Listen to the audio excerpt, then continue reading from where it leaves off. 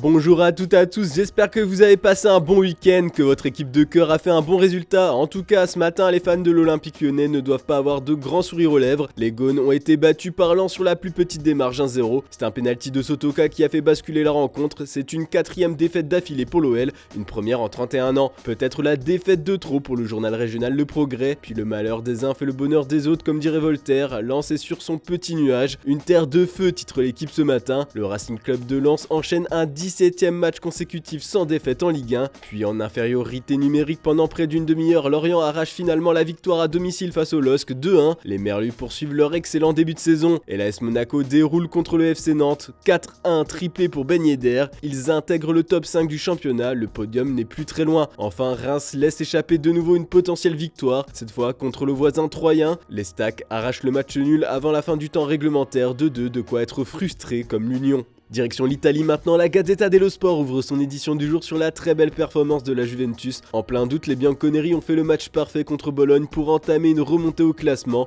une victoire 3-0. La Juve renaît, titre le journal au papier rose. Dusan Vlahovic était déchaîné hier soir pour les journalistes italiens. Le Corriere dello Sport met aussi en avant le très bon match du buteur serbe. Il est prêt à affronter le Maccabi Haïfa mercredi prochain en C1. Arkadiusz Milik aussi a brillé. L'ex-Marseillais a marqué un très beau but, une lourde frappe dans la surface adverse qui termine sous la barre du gardien. Vlahovic et Milik sont les bijoux de la Juve pour Tuttosport. La terrible désillusion du week-end a eu lieu à Bernabéu. À l'occasion de la 7ème journée de Liga, le Real Madrid n'a pu faire mieux qu'un match nul contre Osasuna à 1. Accrochés par des Rogios séduisants et valeureux, les hommes de Carlo Ancelotti laissent filer leur premier point. La première crevaison de la saison, comme le titre marqua ce matin. Karim Benzema, de retour de blessure, a raté un penalty. Sa frappe s'est écrasée sur la barre transversale. Ce fait de jeu n'est pas passé inaperçu en Catalogne. Les quotidiens de la région saluent ce raté de Cabenueve, ô combien décisif pour la saison, car en ne remportant pas les 3 points, le Real laisse le trône de leader au FC Barcelone. Les deux rivaux sont à égalité de points, mais le goal average donne pour l'instant l'avantage aux Catalans. Et ça donne aussi le sourire aux journalistes de Mundo Deportivo qui mettent bien en avant sur leur première page le visage dépité de Karim Benzema. Enfin, sur cette une, on parle aussi de la catastrophe qu'il y a eu en Indonésie pendant un match de football. Au moins 125 personnes sont mortes samedi dans un mouvement de foule quand des milliers de fans ont envahi un terrain de football et ont été aspergés de gaz lacrymogène dans la ville de Malang, dans l'est de l'île de Java, comme on peut le lire dans l'équipe. Une tragédie au-delà de l'imaginable, a déclaré le président de la FIFA. Cet événement a choqué tous les médias sportifs du monde comme le Corriere dello Sport. Ce lourd bilan est le résultat de plusieurs affrontements ultra violents entre ses supporters indonésiens. Le championnat du pays est qualifié comme l'un des plus dangereux du monde et avait déjà coûté la vie de 95 personnes entre 2005 et 2018. Une minute de silence a été observée dans les stades espagnols avant les matchs de ce dimanche en hommage aux victimes.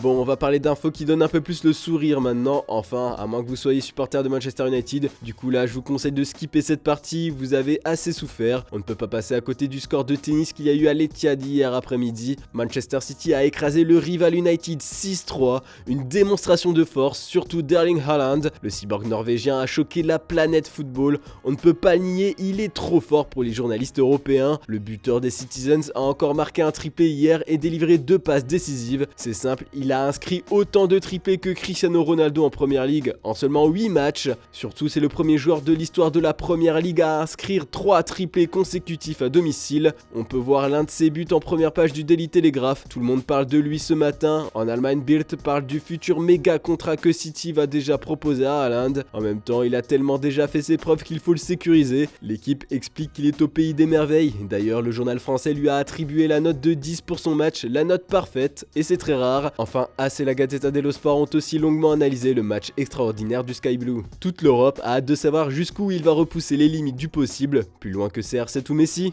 On termine ce tour de la presse européenne en parlant de Wolverhampton. La nouvelle défaite des Wolves face à West Ham ce samedi aura été fatale à Bruno Lage, il a été limogé hier. Les supporters ont demandé son départ pendant la rencontre. Le club a déjà commencé à chercher son remplaçant. Plusieurs noms sont sortis dans la presse anglaise. Selon The Daily Telegraph, l'ancien entraîneur de l'Olympiakos, Pedro Martins, est susceptible d'être la priorité de Wolverhampton. On parle aussi de Julian Lopetegui de Séville, mais aussi de Ange Postecoglou du Celtic. Du côté de The Sun, le patron du Sporting, Ruben Amorim, fait également partie des prétendants au poste. Voilà, c'est tout pour ce lundi. On se retrouve demain matin pour une nouvelle revue de presse. N'oubliez pas le JT Foot Mercato en fin d'après-midi. Bonne journée à toutes et à tous.